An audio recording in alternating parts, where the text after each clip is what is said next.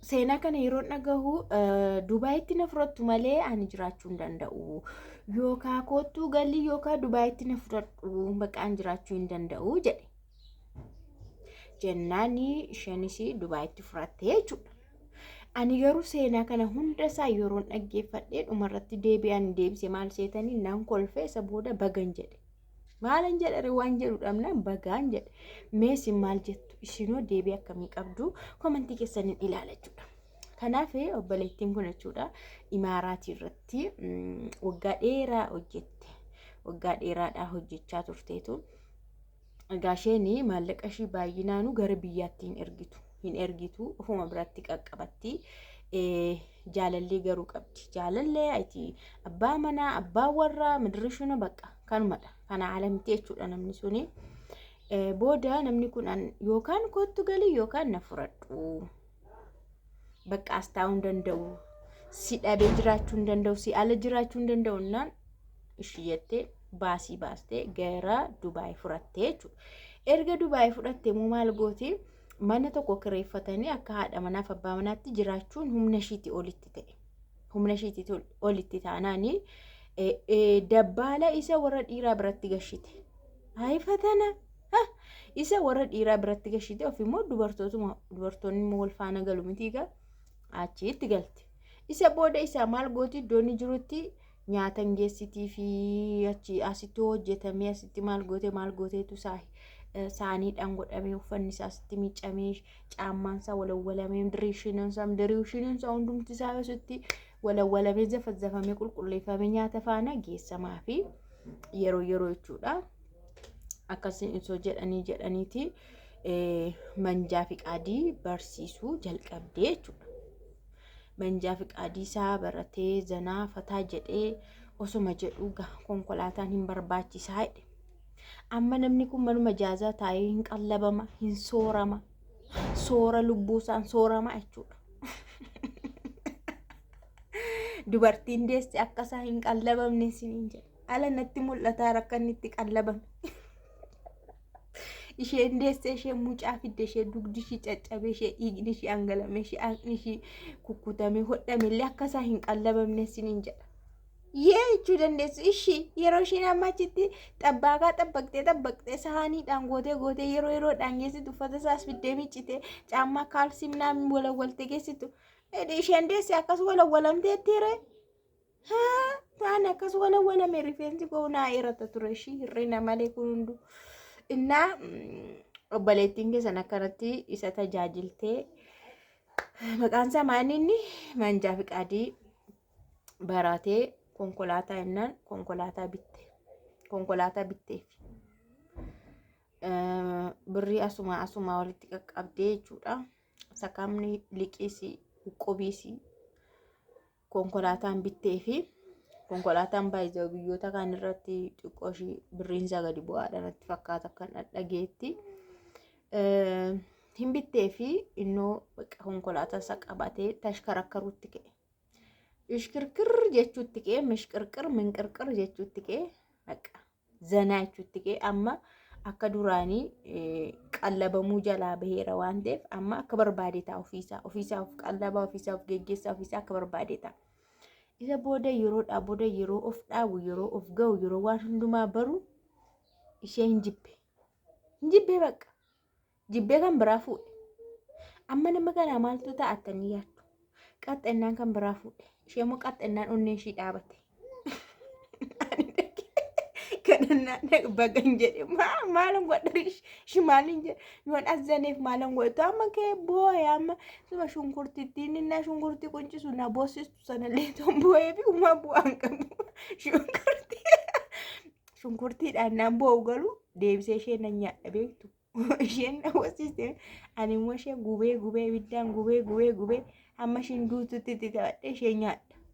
Ishee kana garuu yoon boo'e maalan jijjiira innoo deemee fuudhe dhaqee fuudhe zinnixxi jedhe harkaa ba'e bakka sin barbaadu dheen yaana kalas jedhe.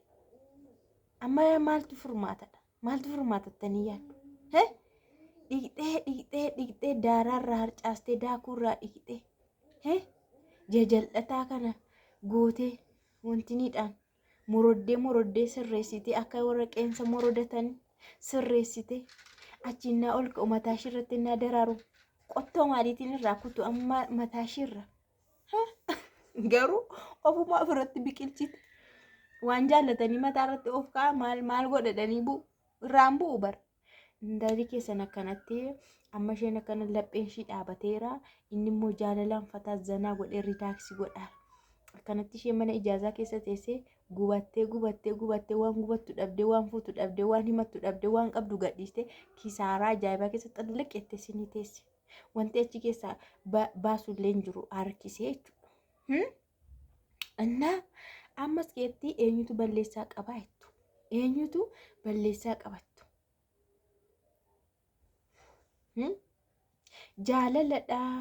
Jaalaladhaa jechuu dandeessu. Amma jaalalli kun iddoo qabatanii qabu bara. Ragaan qabu waastinaa isa jedhan maanni waastinaa amma fakkee meeshaalee yoo bitte kotota wayiillee yoo bitte la'aan daamat gaarantii minaamin gaarantii qaba. Gaarantii jechuun hanga waggaa tokkotti jarrisuu yookaan sii deebisuu yookaan waan ta'e si jalaa taana meeshaati isaanirraa bitte hanga waggaa tokko jedhatan hanga waggaa tokkotti itti sii gaafatamu waan inni ta'eef. Kana garuu eenyudha gaarantiin isaan jedhe namicha kana ishee miidhuu eenyutti gaafatama? Eenyutu itti gaafatama? Eenyutu waan ta'e wayii kennaaf? Hin jiru waan. Kanaaf jaalalli jechuun siireesii baay'ee kan nama ajjeesu yookaan kan nama kaasu jaalaladha. Jaalalli yookaan si ajjeesa yookaan si kaasa lamadha jechuudha. Amma ishee kana hillim godhee ajjeesee mana ijaazaa keessa akkanatti jirtiin sinin jedhe inni garuu riilaaksii godhee kan barbaadu tokko laxxi godhee makiinaa isaa faana wii jechaa jira jechuudha. Kanaaf barbareen harkaan dhaabanii deebitee nama gubdii kan jedhan kanumadha. Kanaafuu wanta akkanaa yeroo baay'ee deddeebi'ee dhufaa jechuudha. Waan akkasii deddeebi'ee dhufa. Biyya Arabaa irratti shamarran keenya dhiira fidatanii jaarsa isaanii haa ta'u jaarsa isaanii haa ta'u obboleessi maamaan rakkoo qaba obboleessa ofii guddisuu rakkoo hammaan obboleessa ofii fidanii guddisanii wayyu dubbinnaa dhufe isa bu'aa sii qabu obboleessi kee qabeenya kee hunda isaa kennite borgaafatti kufteellee waa taatellee obboleessa keeti. Kun garuu already sirkaa ba'ee gola lixeera taanaan gola sana kee wanti baasu tokkollee hin jiru. Gola namaa kee baasuun hin danda'amu. Obboleessa kee itoo ta'e garuu obboleessi kee yoo fuudhes yoo maal godhes ati obboleettii isaatii waan isatti oolte isaa oolte hima yaadate si gargaara.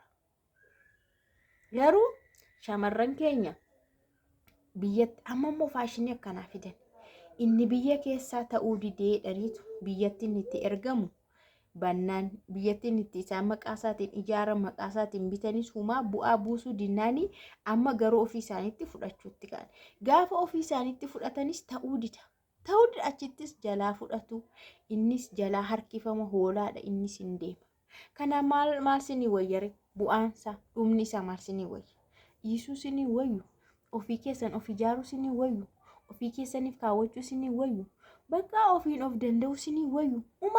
Yaalamee ta'uu didee biyyatti yaalamnee ta'uu didee kanas fidee hin didee sanas fidee hin dideetti. Kanaafiyyuu biyyatti yaalame hin didee biyya fudhattanii hin didee kanaaf calyoo jettanu yoo dhiistanu ofirraa dhiistanu gaafa of dandeessan gaafa luka lamaan dhaabbattan gaafa hundumaa kan keessan ta'e amma barri toleeraa qabeenyi keessan gaa'ila duraa isinii galmaa'aa. Bakka harka isaa duwwaa dhufa taana harka duwwaa of hidhamee galmaa'aa waa qaba taana waan ni qabuun galmaa'aa attis waan qabdu sii galmaa'aa dhuftanii wal dandeessanii walii galtan wal faana jiraattu hamma waan isinii qoodee yoo hin taane immoo karaama dhufee xuruqa qabeenyi keessi galmaa'e kana wayyan jedhaan ani kana wayyan jedha isin garuu waan isinii wayyu immoo isintu beeka.